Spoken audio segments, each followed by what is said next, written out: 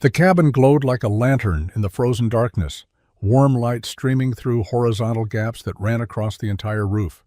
Every trapper who saw it called Lars Haugen insane for building a roof with holes.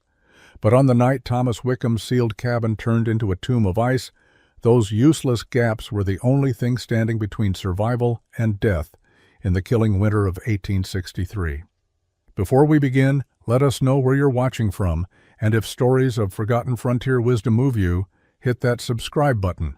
Tomorrow's tale is even more unbelievable. Lars Haugen pushed open the cabin door on the morning of February 9, 1863, and knew immediately that Peter Dahlberg was dead. The interior was colder than the outside air, which made no sense. The fire had burned down to coals, but there should have been residual warmth. Instead, the cabin felt like a root cellar, damp and frigid, in a way that went deeper than simple cold. Peter lay in his bunk against the far wall, still wrapped in his blankets. Lars crossed the small space and touched his partner's shoulder. The body was stiff, frozen solid beneath layers of wool and bearskin that should have kept any man warm.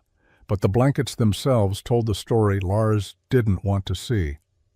They were soaked through, heavy with moisture that had frozen into stiff sheets of fabric and ice. Lars stepped back and looked up at the roof. What he saw made his stomach turn. The entire underside of the roof structure was covered in ice formations. Thick ridges of white frost clung to every log and beam. In the corners where the roof met the walls, icicles hung down like teeth, some nearly a foot long. The ice wasn't on the outside of the cabin. It was inside, growing from the interior surfaces, fed by moisture that had nowhere to go. He understood what had happened. Peter had sealed the cabin tight against the January cold, just like every mountain man was taught to do. He had kept a fire burning, melting snow for water, cooking his meals, breathing warm air into the small space. That warm air, heavy with moisture, had risen to the roof. When it hit the cold logs overhead, the moisture condensed instantly. During the day, when the fire burned hot, some of that ice melted and dripped down. The water soaked into Peter's bedding, his supplies, everything in the cabin. Then at night, when the fire died down and the temperature dropped, everything froze solid again. Peter had died of hypothermia in his own cabin, killed not by the cold outside, but by the wet cold of his own soaked blankets. He had probably been too exhausted or too far into hypothermia to realize what was happening. The tight cabin that was supposed to protect him had become a trap that concentrated moisture and cold in the worst possible way. Lars spent that day burying Peter on a hillside above their camp. The ground was frozen 18 inches deep. It took him 6 hours with a pick and shovel to dig a grave that was barely adequate. He marked it with stones and stood there as the sun set, thinking about how many mountain men died exactly this way. They sealed their cabins tight, burned their fires, and slowly drowned in frozen condensation without ever understanding what was killing them. That night, Lars couldn't sleep in the cabin. The ice formations above him felt like a threat, like the roof might collapse under the weight of frozen moisture that had been building all winter. He spent the night outside by a fire, wrapped in dry blankets, staring at the cabin that had killed his partner. And somewhere in those long, dark hours, an obsession took root that would change everything. Lars spent the next 3 weeks living in that cabin, but he wasn't trapping. He was studying. Every morning he woke before dawn and examined the ice formations on the roof. He tracked how they grew during the night when the fire burned low. He watched how they melted during the day when he built the fire up hot. He collected the dripping water in tin cups and measured how much moisture was coming out of the frozen roof structure. Some days he collected nearly a quart of water from a single corner of the cabin. He started experimenting with ventilation. He opened the door for an hour each morning despite the freezing temperatures outside. The interior ice formations grew less rapidly, but the cabin became unbearably cold. He tried leaving a gap at the top of the door by propping it open with a piece of wood. That helped slightly, but not enough. The fundamental problem remained. Warm, moist air rose to the roof, hit the cold surface, and turned to ice. The cycle repeated endlessly. Lars began visiting other trappers' cabins in the area. There were 5 within a day's travel. He made excuses for the visits, bringing coffee or salt, offering to help with work, anything to get inside and look at their roofs. Every single cabin had the same problem.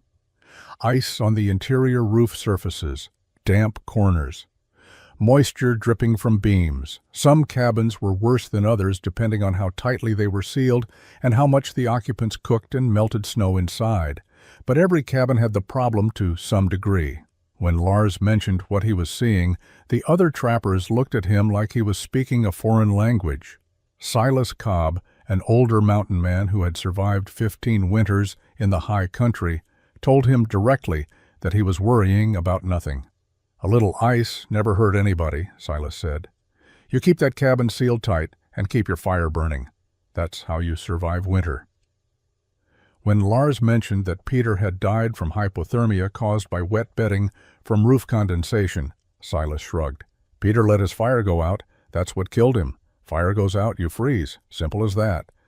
But it wasn't simple. Lars knew what he had seen. Peter's fire had been burning when he died. The coals were still warm. What killed him was sleeping in. Blankets that had absorbed so much moisture from the dripping roof ice that they no longer provided insulation.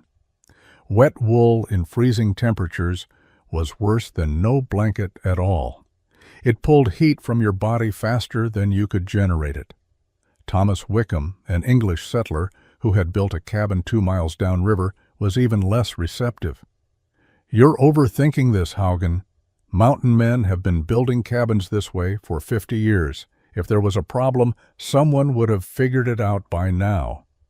Thomas gestured at his own cabin roof, which had visible ice formations in the corners.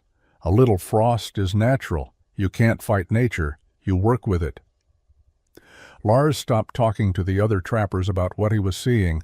They weren't going to listen. They had been taught to build cabins a certain way, and questioning that method felt like questioning their entire understanding of survival, but Lars couldn't stop thinking about it. Spring came late in 1863. Lars packed his winter's worth of furs and made the long journey to St. Paul to sell them. Most trappers spent their time in town drinking and gambling, celebrating survival through another winter. Lars had different priorities. He spent his days walking through the city studying buildings. He started at the warehouses near the river. These were large structures that stored grain and goods through winter. Lars noticed they had ventilation gaps built into their walls near the roof lines. Small openings covered with slats that allowed air to move through the building even when doors were closed. He asked a warehouse supervisor why they built them that way. The man explained that trapped moisture would rot the grain and warp the stored goods. Air circulation kept everything dry. Lars visited an ice house next. This fascinated him more than anything else.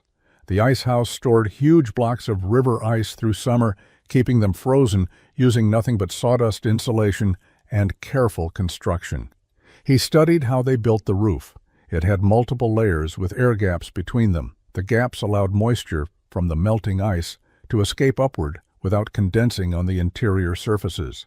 The builder explained that trapped moisture would cause the ice to melt faster. Ventilation was critical. On his 4th day in St. Paul, Lars met a carpenter named Christian Berg, working on a boarding house addition. Berg was Norwegian, like Lars's own father had been. They spoke for a few minutes in Norwegian, and Lars asked him about building in cold climates. Berg invited him to share a meal that evening. Over salt pork and potatoes, Lars described what he had seen in the mountain cabins: the ice formations, the dripping moisture, Peter's death. Berg listened carefully and then explained something Lars had never heard before. He used the Norwegian words for it first, then translated. Condensation point, dew point. The temperature at which air could no longer hold moisture and water began forming on surfaces. "In Norway, we build with air gaps in roofs," Berg said, "especially in the north where winters are very cold. If you trap warm air against a cold surface, you get water. The water freezes. The ice builds up. Eventually, it causes problems. Berg sketched a simple diagram on the table using charcoal. He drew a roof with gaps between the boards, arrows showing warm air rising and escaping through the gaps. "The air must move," he said. "If it sits still against cold wood, moisture will condense. If it moves through and out, the moisture leaves with it. The roof stays dry." Lars asked why mountain men didn't build this way. Berg shrugged. "Most builders here learned from English and American carpenters. They build for rain, not for extreme cold and moisture together. In Norway, we learned the hard way over hundreds of years. Sealed buildings in extreme cold kill people slowly. Most don't understand why." Lars bought Berg 3 drinks and filled a notebook with sketches and measurements. He spent his entire earnings from the fur sale on milled lumber, spacing tools, and iron brackets. When he left St. Paul 2 weeks later, other trappers laughed at his loaded wagon. Thomas Wickham asked him if he was planning to build a hotel in the wilderness. Lars returned to the mountains in late July 1863 with his wagon loaded with materials that made no sense to anyone who saw them. Milled lumber was expensive and heavy. Most trappers used whatever logs they could cut nearby. The iron brackets and specialized spacing tools looked like equipment for a carpenter's shop, not a wilderness cabin. When Thomas Wickham stopped by Lars's camp 3 days after his return, he stared at the supplies with confusion. "What exactly are you building, Haugen?" Thomas asked, picking up one of the spacing blocks. It was a precisely cut piece of wood, exactly 2 inches thick, sanded smooth on all sides. "A cabin," Lars said simply. "With fancy city lumber? And what are these blocks for?" "Roof gaps," Lars said. 2 inches between each board, precise spacing across the whole roof. Thomas laughed, then stopped when he realized Lars was serious. "You're building a roof with holes in it? On purpose?" "They're ventilation gaps. They let moisture escape so it doesn't freeze on the interior surface." Thomas shook his head slowly. "This is madness. You can't build a roof with gaps in it. You'll freeze to death. Every bit of heat you make will go straight up through those holes." "Some heat will escape," Lars agreed. "But the moisture will escape too. That's the point. The point of a roof is to keep the weather out and the warmth in. What you're describing is the opposite of a roof." Thomas's voice shifted to genuine concern. "I know you spent time in St. Paul talking to city builders, but they don't understand mountain winters. You can't use their ideas up here?" Lars stopped working and looked at Thomas directly. "Peter died because his cabin was too tight. The moisture had nowhere to go. It froze on the roof and dripped on his bedding. He froze to death in wet blankets inside a cabin with a fire burning." "Peter died because he let his fire go too low," Thomas said firmly. "You keep the fire hot, you stay alive. Simple." Over the next 2 weeks, every trapper within 20 miles found a reason to visit Lars's camp. Silas Cobb came by and called it the stupidest thing I've seen a man plan in 40 years of wilderness living. Jacob Reinhardt, a German trapper, watched him work for an hour and then said, "You know you're building a cabin to heat the forest, yes? The birds will thank you." Margaret Wickham, Thomas's wife, was kinder but no less skeptical. "Mr. Haugen, Thomas says you're planning to leave gaps in your roof intentionally. Surely that can't be right?" Lars was serious. He had selected his cabin site carefully on high ground with good drainage. He had laid a proper foundation using rock and gravel. Now he was beginning the most important part, the part everyone thought was insane. He was building a roof that would let air move through it continuously, carrying moisture away before it could condense and freeze. The mockery didn't bother him. He had seen what sealed cabins did to the men who lived in them. He had buried Peter because of it. If the other trappers wanted to laugh, let them laugh. He would build it right regardless of what anyone said about his methods or his sanity. The cabin walls went up in standard fashion. Lars used traditional notched log construction because the walls weren't the problem. Solid walls kept wind out and provided structural support. It was the roof that needed to be different, and Lars knew he would only get one chance to build it correctly. He started with the ridge beam, a carefully selected log that ran the length of the cabin at the peak. This beam had to be strong because the entire roof structure would hang from it. He notched it into the end walls and secured it with iron brackets. Most mountain men would have simply laid a log across and called it done. Lars spent 2 days ensuring the ridge beam was perfectly level and absolutely solid. The rafters came next. These were milled 2 by 6-inch boards, not rough logs. Lars had brought them from St. Paul specifically because they were uniform in dimension. He needed precision for what he was planning. He cut each rafter to exactly the same length and notched them to sit on the top wall logs at a 45-degree angle. The steep pitch would shed snow quickly and prevent accumulation that might block his ventilation gaps. He spaced the rafters 18 inches apart, closer than standard construction. This would provide support for the roof boards while maintaining structural integrity despite the gaps he was about to create. Each rafter was secured with iron brackets and wooden pegs driven through pre-drilled holes. The construction was overbuilt by frontier standards, but Lars understood that his ventilated roof would have less inherent strength than a solid one. The roof boards were where his technique became truly revolutionary. He used milled planks 3 inches wide and 1 inch thick. Standard cabin roofs used whatever split logs or bark sheets were available, laid tight together to keep weather out.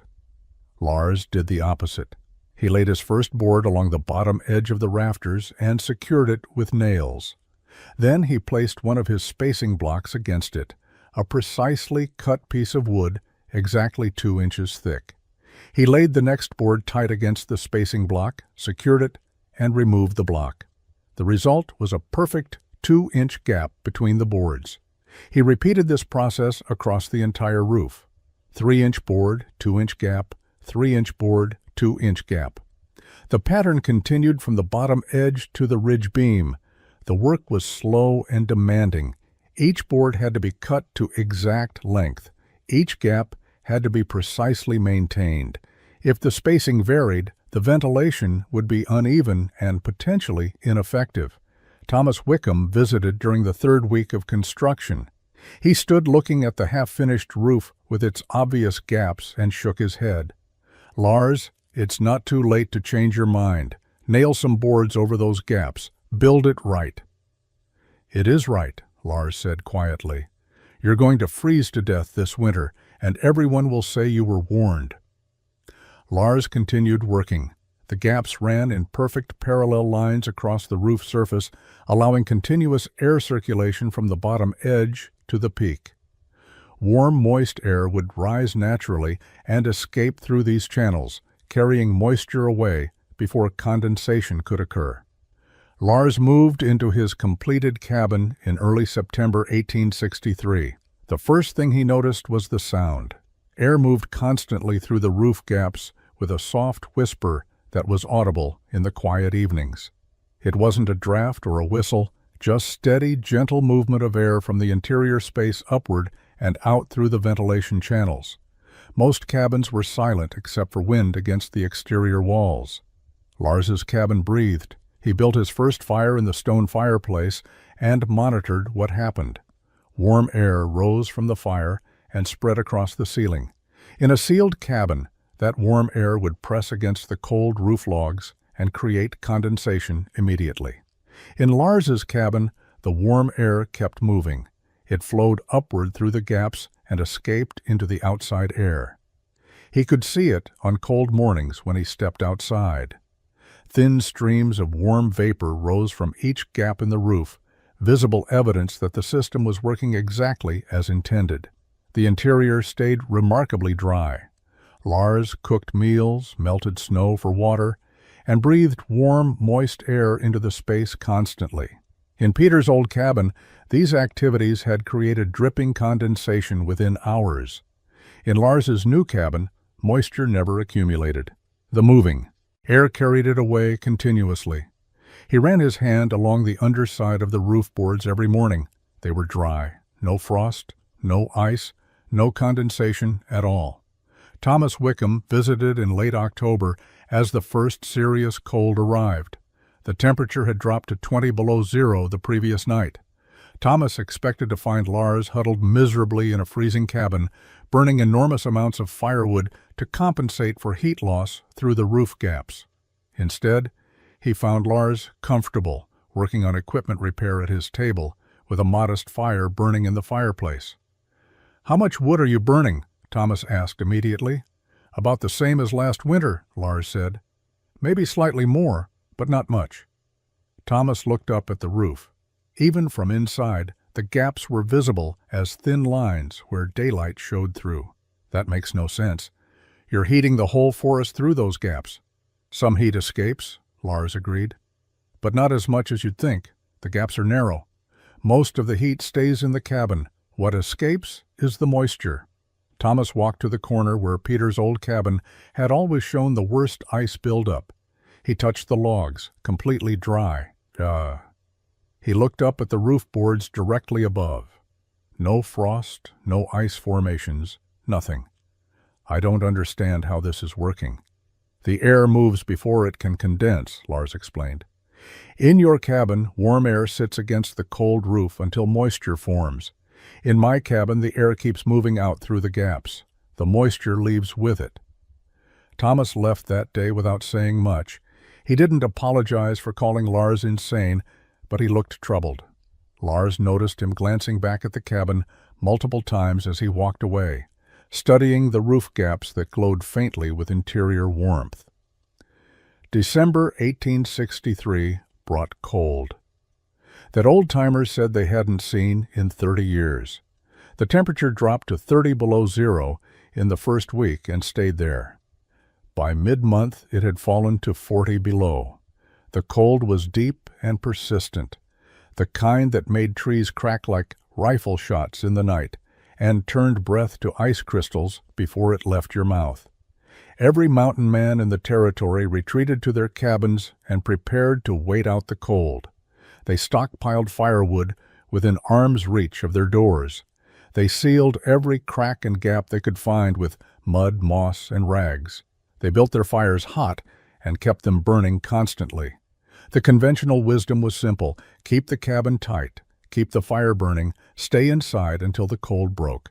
Lars followed a different approach. He kept his fire modest, burning steadily but not intensely. He didn't seal any additional gaps or try to make his cabin tighter.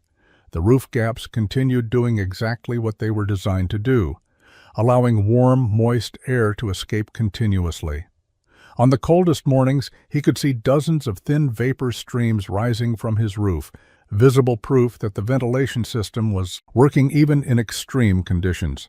The interior of his cabin remained dry. He cooked his meals, melted snow for drinking water, and lived normally. The underside of his roof boards showed no frost, no ice, no condensation. His bedding stayed dry. His stored food remained in good condition. The temperature inside was cold, certainly, but it was a dry cold that was manageable with proper clothing and blankets. Thomas Wickham's experience was different. His tightly sealed cabin trapped every bit of moisture he created. His breath, his cooking, the snow he melted for water, all of it became condensation on his roof. During the day, when his fire burned hot, the condensation melted and dripped. At night, when the fire died down slightly, everything froze solid. Within a week, his cabin interior looked like a cave. Ice formations hung from the roof beams. The corners where roof met walls were covered in thick frost. Water dripped constantly onto his supplies and bedding during the warm parts of the day. Thomas tried everything. He built his fire hotter, thinking more heat would solve the problem. That just created more moisture that condensed more rapidly. He tried opening his door for ventilation, but the incoming cold air made the cabin unbearable, and the moisture problem continued. He hung canvas over his bunk to protect his bedding from dripping ice, but the canvas itself became soaked and froze.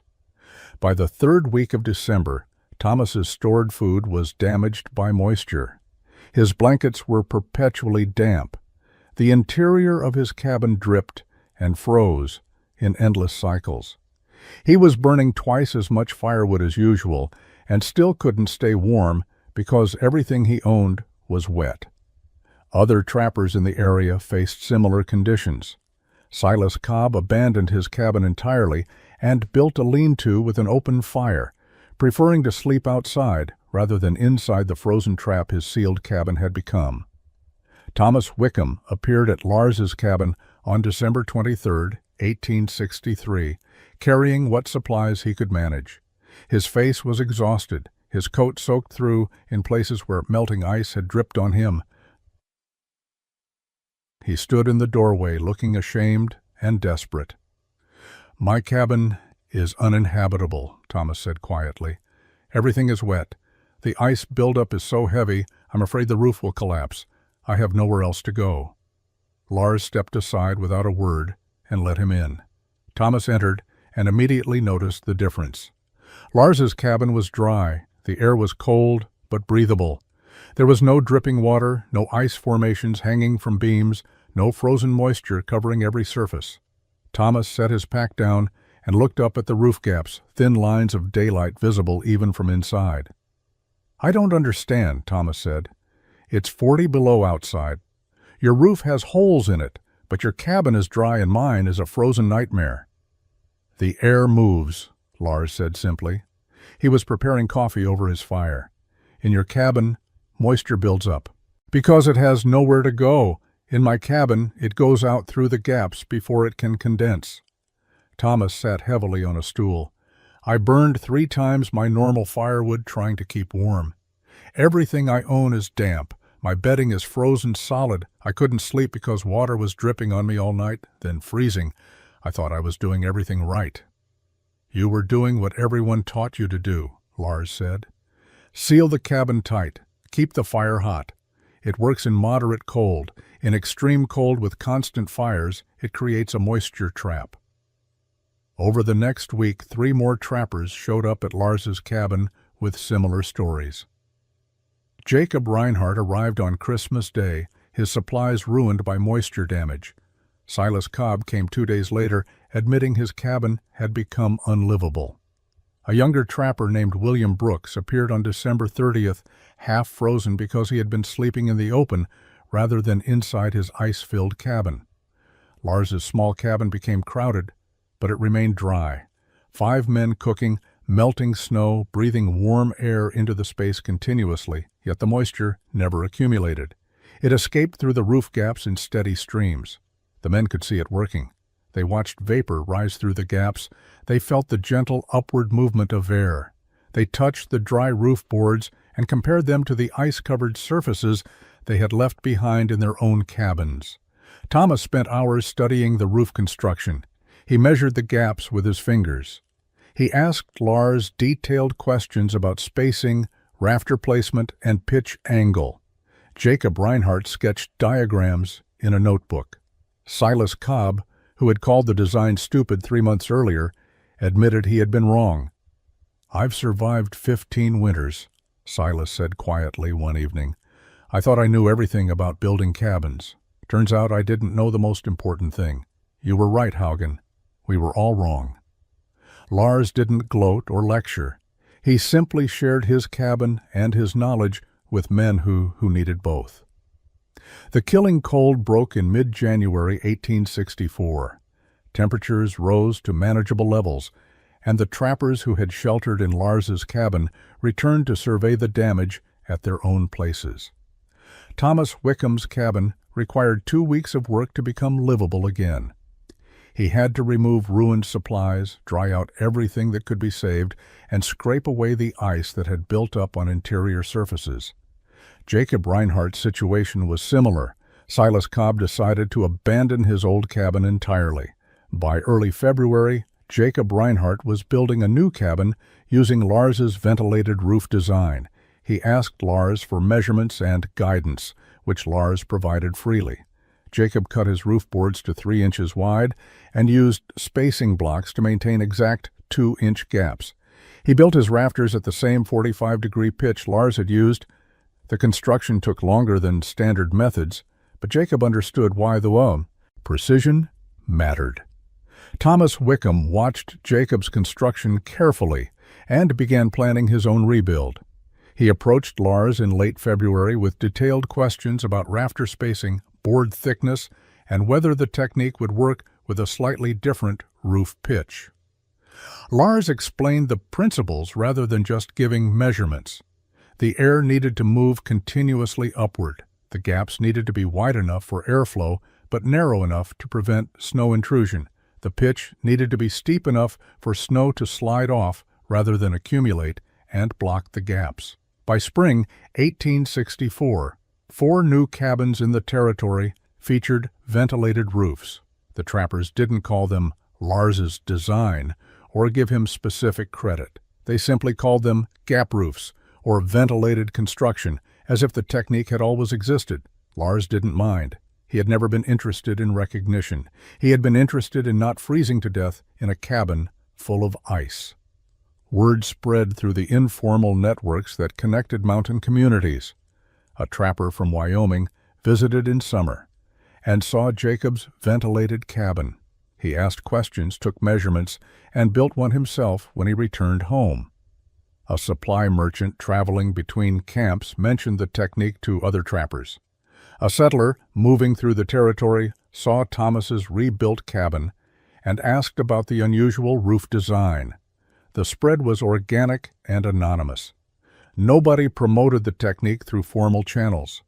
There were no written guides or official recommendations. It simply solved a real problem that killed people regularly, and solutions to deadly problems spread naturally among people who wanted to survive. By winter 1865, an estimated dozen cabins across Montana and Wyoming territories featured ventilated roofs built using variations of Lars's basic design. Lars continued trapping through 1867, then left the mountains permanently. He had saved enough money to buy land in a settled area. He wanted a quieter life, away from the extreme conditions that had killed Peter and nearly killed so many others. When he left, he didn't write down his techniques or make any formal record of what he had developed. The knowledge existed in the cabins themselves, built into the gaps and angles of their roofs, passed from builder to builder through observation and practical need. Lars Haugen died on March 14, 1889, at age 61 in a small house outside Helena, Montana. He had lived quietly for more than 20 years after leaving the mountains. He had married, worked as a carpenter, and raised 2 children who never knew about his years as a trapper. His death was recorded in local records with no mention of innovations or wilderness survival techniques. He was buried in a cemetery on the edge of town under a simple stone that listed his name and dates, nothing more. But in the mountains he had left behind, his legacy remained built into the landscape. Cabins with ventilated roofs still stood throughout Montana and Wyoming territories. Some were occupied by new generations of trappers and settlers.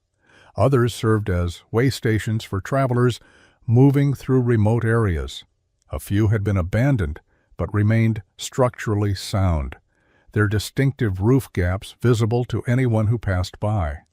The technique had evolved as different builders adapted it to their specific needs and available materials. Some used wider gaps, some narrower, some built at steeper pitches, others more gradual. But the core principle remained consistent across all variations. Air must move continuously through the roof to carry moisture away before condensation can occur. Sealed cabins in extreme cold create death traps. Ventilated construction prevents that. By the 1880s, the method was common enough that new settlers building in cold territories often included roof ventilation without knowing where the idea originated. It was simply how you built in extreme cold if you wanted your cabin to remain habitable through winter. The phrase gap roof became standard terminology. Some called it Norwegian style because Lars had learned the principles from Christian Berg. Others called it mountain method, as if it had developed naturally from frontier experience rather than from one man's obsessive study after his partner's death. Modern historians examining frontier construction techniques can identify dozens of surviving structures that show clear evidence of ventilated roof design. The earliest examples date to 1863 and 1864 in southwestern Montana, exactly where and when Lars built his original cabin. The technique spreads geographically and chronologically in patterns that suggest organic adoption rather than planned dissemination. This matches perfectly with how frontier innovations actually spread, through observation and practical necessity rather than formal education or written instruction. The exact number of lives saved by ventilated roof construction is impossible to calculate. Deaths from hypothermia in wilderness cabins were common but often went unrecorded. What can be stated with confidence is that the technique solved a specific deadly problem. Trappers and settlers who built ventilated cabins did not die from sleeping in frozen bedding soaked by interior condensation. They did not abandon their cabins during extreme cold because ice buildup made them uninhabitable. They survived winters that killed men in sealed cabins. Lars Haugen never claimed credit for this, never promoted himself as an innovator, never sought recognition. He built something that worked, shared the knowledge freely, and walked away. The impossible became routine, not through fame or glory, but through gaps in timber that let moisture escape and men survive.